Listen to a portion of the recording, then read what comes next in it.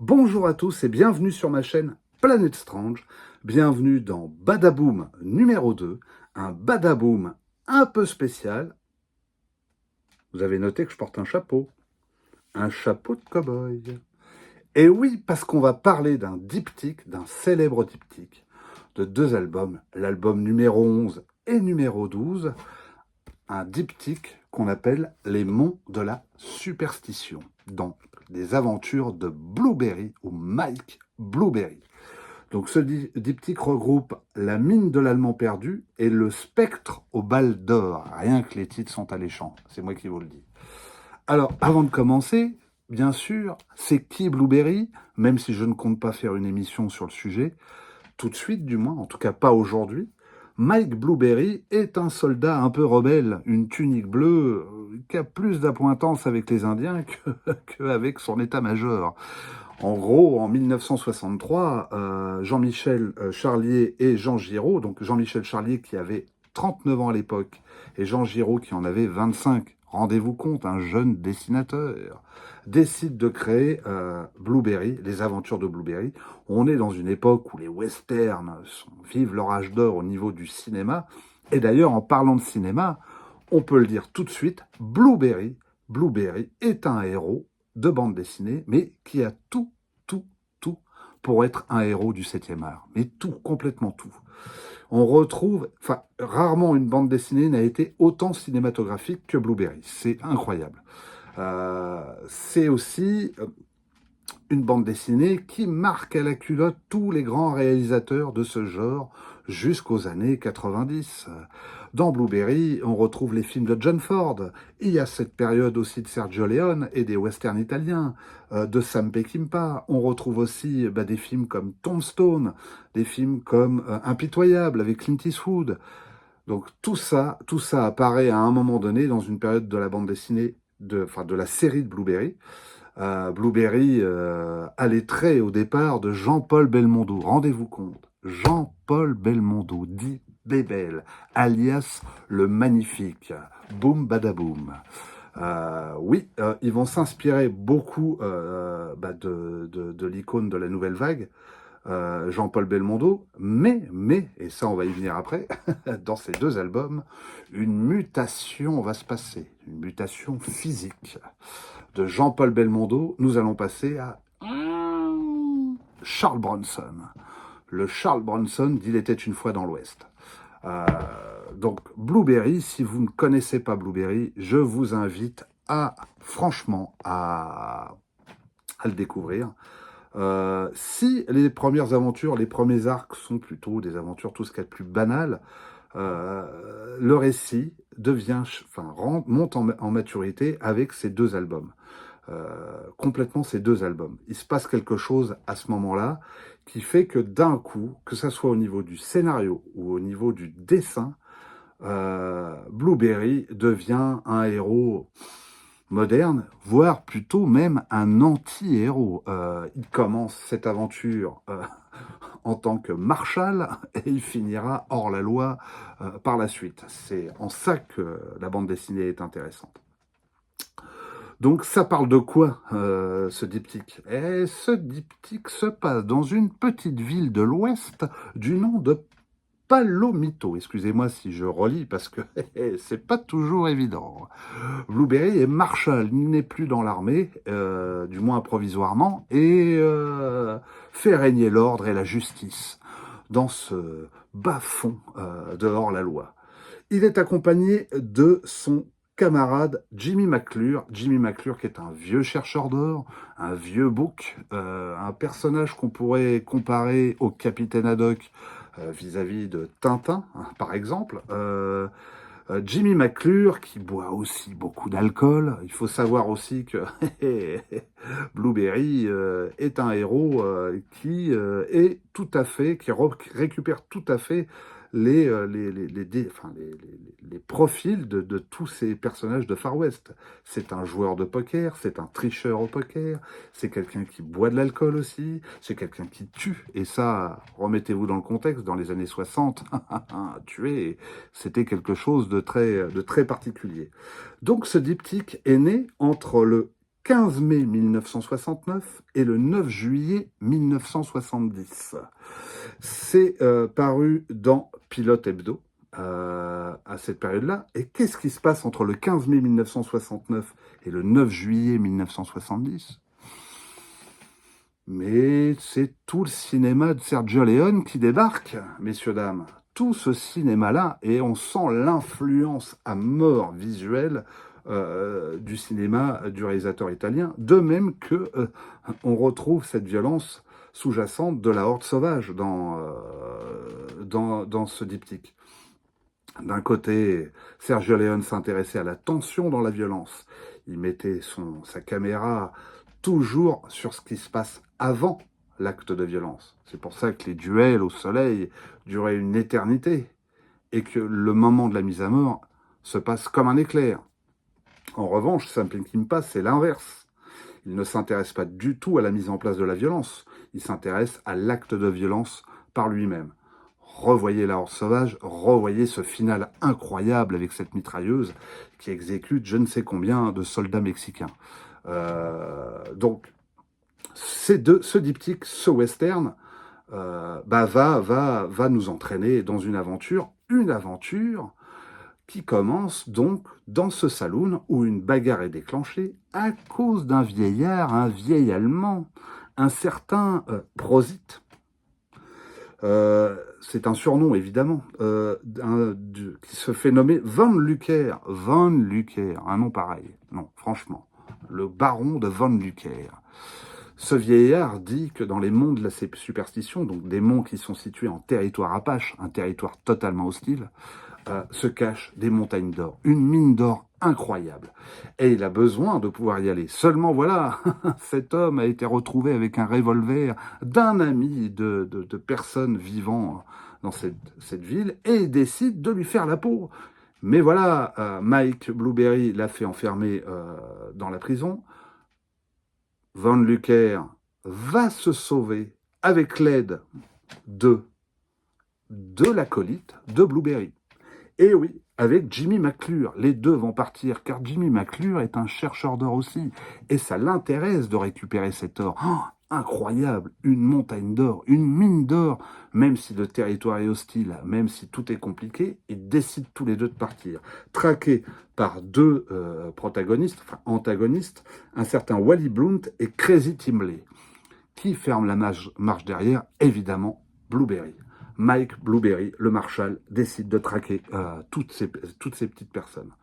Le final les entraînera au monde de la superstition, où la vie cachée, quelque part, un spectre qui tue avec des balles d'or. Et oui, vous avez bien entendu, le récit tourne complètement dans le fantastique et, en tout cas supposé dans le fantastique, en tout cas dans l'horreur, ou dans l'épouvante plutôt, et il y a une ambiance très très sombre, très mystique. Voilà pour le récit. C'est aussi au niveau visuel de la part de Giraud incroyable, parce que c'est, comment vous expliquer, c'est du surcinéma. On est bien avant l'arrivée des Indiana Jones ou des films d'aventure des années 80. Il y a des visuels datant de 69-70 dans ces albums et dans les albums qui suivront, qui sont mais incroyables. Les dessins sont fantastiques. D'ailleurs, voilà, je vous fais voir moi l'ouvrage que je possède.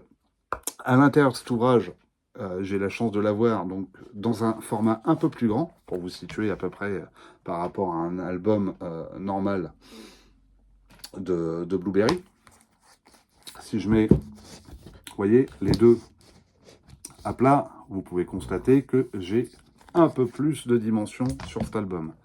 Les couvertures, je vais vous faire voir les deux couvertures des deux albums. Donc la mine... non, c'est juste avant, excusez-moi. Hop. Parce que, évidemment, je les ai, la mine de l'allemand perdu. Hop. Voilà, ça c'est la couverture de la mine. Vous pouvez voir un dessin de José Luis Munuera, où on peut reconnaître évidemment Mike Blueberry et son acolyte Jimmy McClure. Vous avez aussi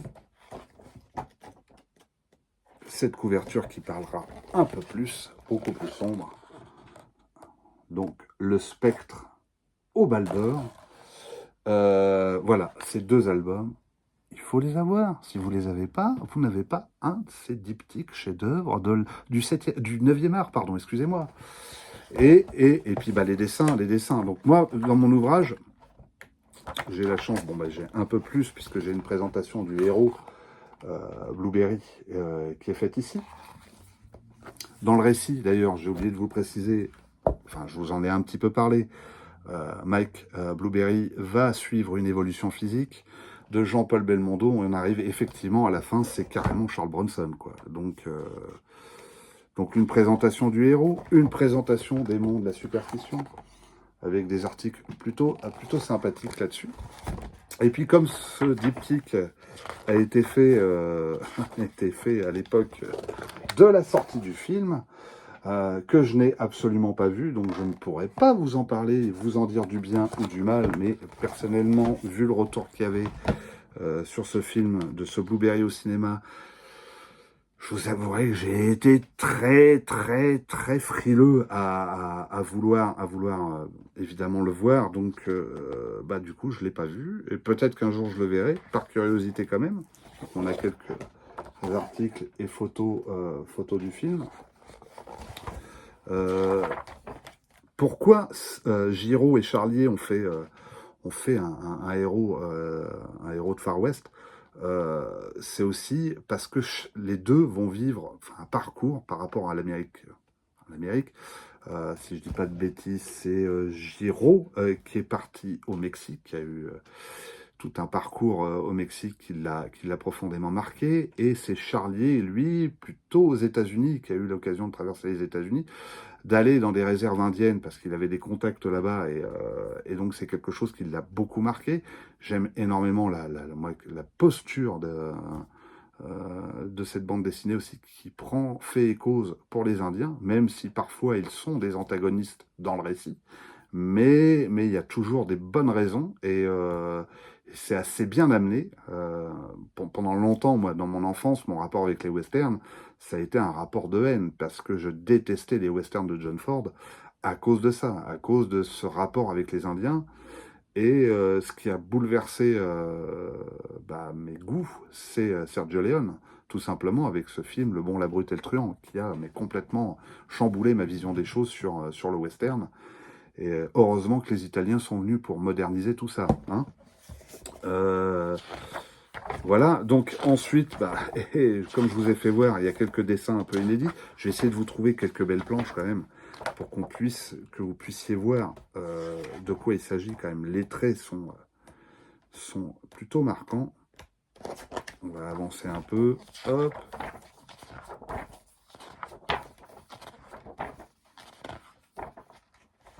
On a des personnages, regardez les visages. Les visages sont quand même hyper marqués. On est vraiment là rentré dans le western. Le western, ils sont burinés, marqués. On est dans le western italien, mais à fond. Des ambiances, ça y est, un peu plus visuelles. Je dirais que c'est vrai que le deuxième album, le Spectre au Baldor, est peut-être plus visuel que le premier. Le 11e album, regardez la tête des Indiens par exemple, vous voyez. Non, mais... Alors Giraud, que vous connaissez sous le pseudonyme de Gire, ou de Mobius, qui a travaillé avec JG au départ, hein, si je dis pas de bêtises, et qui a commencé avec JG. D'ailleurs, c'est JG qui devait dessiner Blueberry. Et en fait... il va lui conseiller Giraud, qui est un jeune dessinateur à ce moment-là, et ça va complètement tout chambouler. C'est l'un des plus grands dessinateurs franco-belges de ces 40-50 dernières années. En tout cas, c'est l'un de ceux qui a vraiment fait évoluer. Regardez-moi ça, toute cette scène, je ne sais pas si on la voit bien, cette scène où cette boule est en train de rouler derrière, ça vous rappelle pas un certain Indiana Jones, le premier, les aventuriers de l'Arche perdue. C'est voilà, hein. Et là on a le physique petit à petit qui se décrit et qui va nous entraîner vers Charles Bronson. visuellement. C'est le plus bel hommage à la bande dessinée de western. Enfin, c'est le plus bel hommage au western. Voilà, donc moi, je vous conseillerais franchement de les avoir.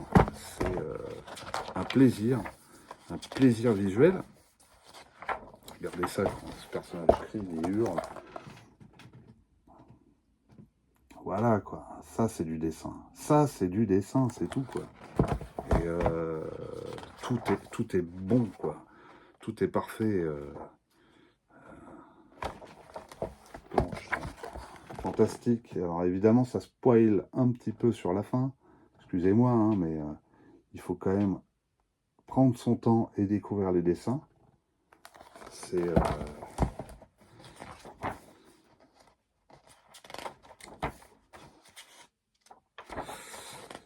Voilà, moi je me laisse embarquer là depuis tout à l'heure parce que je suis en train de regarder les dessins et je me dis, oh mais te laisse pas embarquer non plus là. Et puis bah, il va y avoir une révélation évidemment à la fin que je ne vais pas vous révéler parce que il faut lire cette bande dessinée.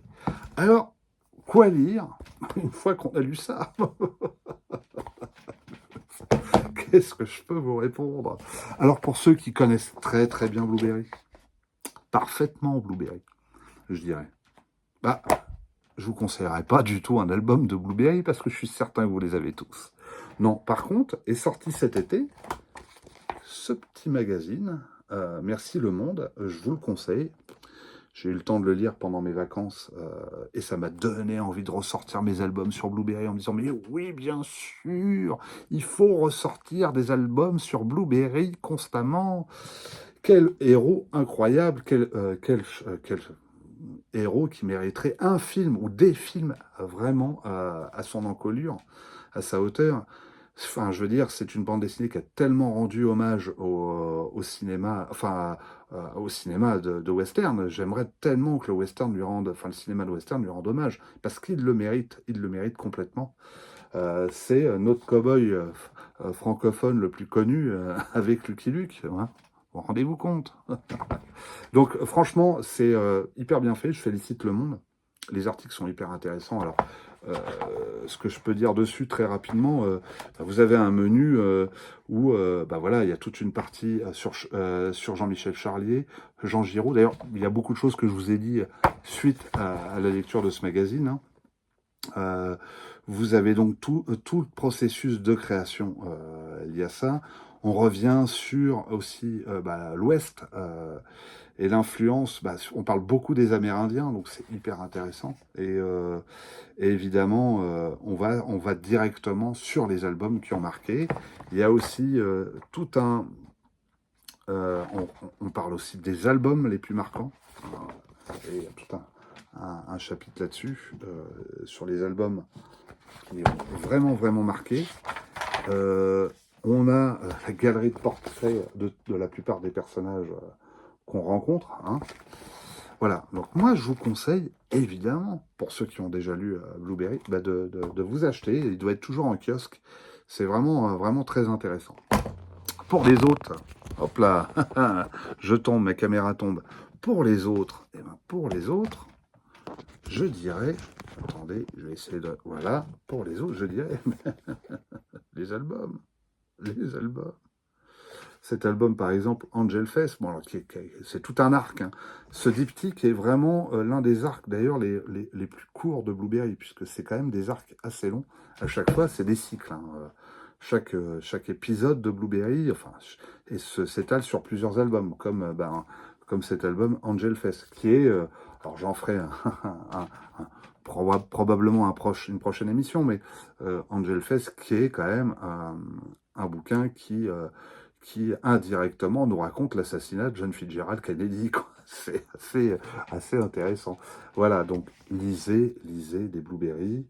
Je ne sais plus combien il y a d'albums précisément avec le tandem le tandem Giro Mobius, parce que Charlie et Mobius, Charlie et Giro, je vais y arriver.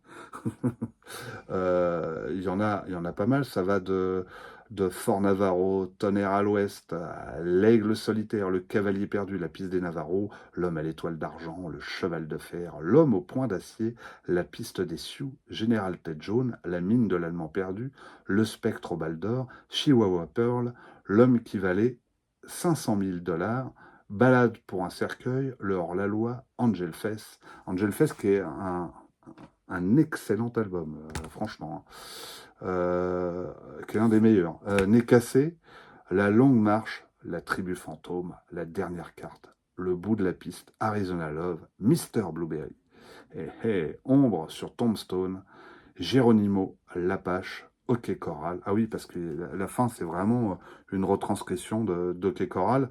D'ailleurs, on voit que le film Tombstone a énormément influencé. Et Dust, enfin pour terminer, je crois que Dust, c'est une histoire de tueur en série dans l'Ouest.